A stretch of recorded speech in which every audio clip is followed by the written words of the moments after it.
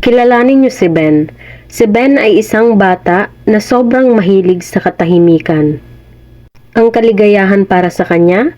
Magbasa ng libro sa kwarto, mag-drawing ng mga paborito niyang cartoon character, at magbuo ng matataas na tore gamit ang mga laruan niya. At kung may isang bagay siyang kinakainisan sa buong mundo, iyon ay ang mga aso. Para kay Ben, ang mga aso ay magulo, malikot, at higit sa lahat, ubod ng ingay. Ang walang katapusang tahol na yan mula sa mga aso sa kapitbahay ang laging sumisira sa katahimikan niyang mundo. Bakit pa kasi kailangan mag-alaga ng mga hayop na ganyan kaingay? Bulong niya sa sarili habang tinatakpan ang mga tainga. Araw-araw, iyon at iyon ang eksena. Sa tuwing maglalakad si Ben sa kalsada, may mga asong tumatahol, naghahabulan, at kung minsan, bigla na lang itong susulpot sa harapan niya. Agad siyang iiwas, liliko ng daan, o magmamadali sa paglalakad para lang makalayo. Para sa kanya, mga perwisyo sila. Hindi niya talaga maintindihan kung bakit ang ibang bata ay tuwang-tuwa sa mga alagang aso. Nakikita niya silang nakikipaglaro at nagtatawanan, habang hinahabol ang bola kasama ang mabalahibo nilang kaibigan. Puro laway na yung bola. Isang hapon, habang pauwi mula sa eskwela, nakita niya ang isang maliit na tuta. Magulo ang kulay kape nitong balahibo at nanginginig pa ito ng bahagya. Mukha itong ligaw at gutom. Sinubukan itong baliwalain ni Ben at nagpatuloy lang sa paglalakad. Pero, sumunod ang tuta. Bawat hakbang ni Ben, sinusundan din ng maliit na hakbang ng tuta. Hoy, alis dyan! Chapi! Sigaw ni Ben. Pero imbis na malungkot, umupo lang ang tuta at iwinigayway ang munting buntot. Napabuntong hininga na lang si Ben at lalo pang binilisan ang lakad habang paparating sa gate nila at mabilis itong isinara. Kinabukasan, paglabas ni Ben para pumasok, nagulat siya. Nandoon ang maliit na tuta sa labas ng gate nila. Nakabaluktot na parang isang maliit na bola ng balahibo. Nang makita siyang lumabas, agad itong tumayo at sabik na iwinagayway ang buntot. Buong araw, hindi nawala sa isip ni Ben ang tuta. Pag-uwi niya, nandun pa rin ito.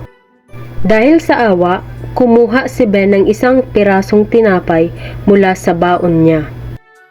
Inilapag ito sa di kalayuan at sinabing, O ayan, pagkain mo, umalis ka na ha? pero hindi umalis ang tuta. Naging parte na ito ng kanyang araw-araw na pag-uwi. Laging naghihintay. Laging sumusunod pero hindi naman maingay. Isang gabi, dumating ang isang malakas na bagyo. Humahagupit ang hangin sa mga bintana at walang tigil ang buhos ng ulan. Ligtas at mainit ang pakiramdam ni Ben sa loob ng kanyang kwarto. Sinubukan niyang magbasa pero may isang tunog siyang narinig sa gitna ng ingay ng bagyo. Isang mahina at kaawa-awang pag-iyak. Alam niyang ang tuta iyon. Sinubukan niyang huwag itong pansinin. Aso lang yan. Sabi niya sa sarili. Pero habang tumatagal, parang lalong lumalakas ang iyak sa pandinig niya. At kasabay nito, kumikirot ang dibdib niya. Hindi niya natiis. Kumuha siya ng malaking tuwalya at payong. At dahan-dahang binuksan ang pinto. At doon, sa ilalim ng halaman, nakita niya ang basang-basa at nanginginig na tuta. Nagtama ang kanyang mga mata. Sa isang iglap, nawala lahat ng inis ni Ben. Napalitan ito ng awa at pag-aalala. Maingat niyang binuhat ang maliit na nilalang, binalot sa tuwalya at dinala sa loob ng kanyang kwarto.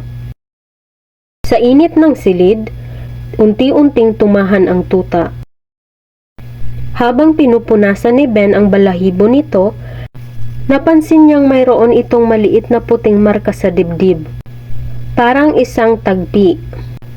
Binigyan niya ito ng pagkain at tubig. Sa kauna-unahang pagkakataon, hindi naramdaman ni Ben na isang perwisyo ang aso. Sa halip, isang kakaibang saya ang naramdaman niya habang pinapanood ang tuta na kumakain.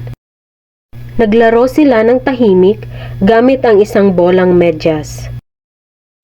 Ang tuta ay tumatalon-talon at nagpapagulong-gulong pero hindi ito nagkalat at nag-ingay. Nang gabing iyon, sa paanan ng kama ni Ben natulog ang tuta. Kinaumagahan, ipinakilala ni Ben ang bago niyang kaibigan sa kanyang mga magulang. Nakita nila ang kakaibang ngiti sa mga labi ni Ben. Isang ngiting hindi nila madalas makita. Pumayag silang alagaan ang tuta na pinangalanan ni Ben na Tagpi. Mula noon, hindi na muling naging malungkot ang mundo ni Ben. Ang dating sobrang tahimik, napalitan na ng masasayang habulan sa bakuran, malambing na pagdila sa pisngi, at isang tapat na kaibigan na laging nag-aabang sa pag-uwi niya. Natuklasan ni Ben na ang pagbibigay pala ng pagkakataon sa isang bagay na dati niyang ayaw, ang nagdala sa kanya ng pinakamatapat na kaibigan. Nalaman na niya na ang tunay na kaligayahan ay hindi laging nasa katahimikan.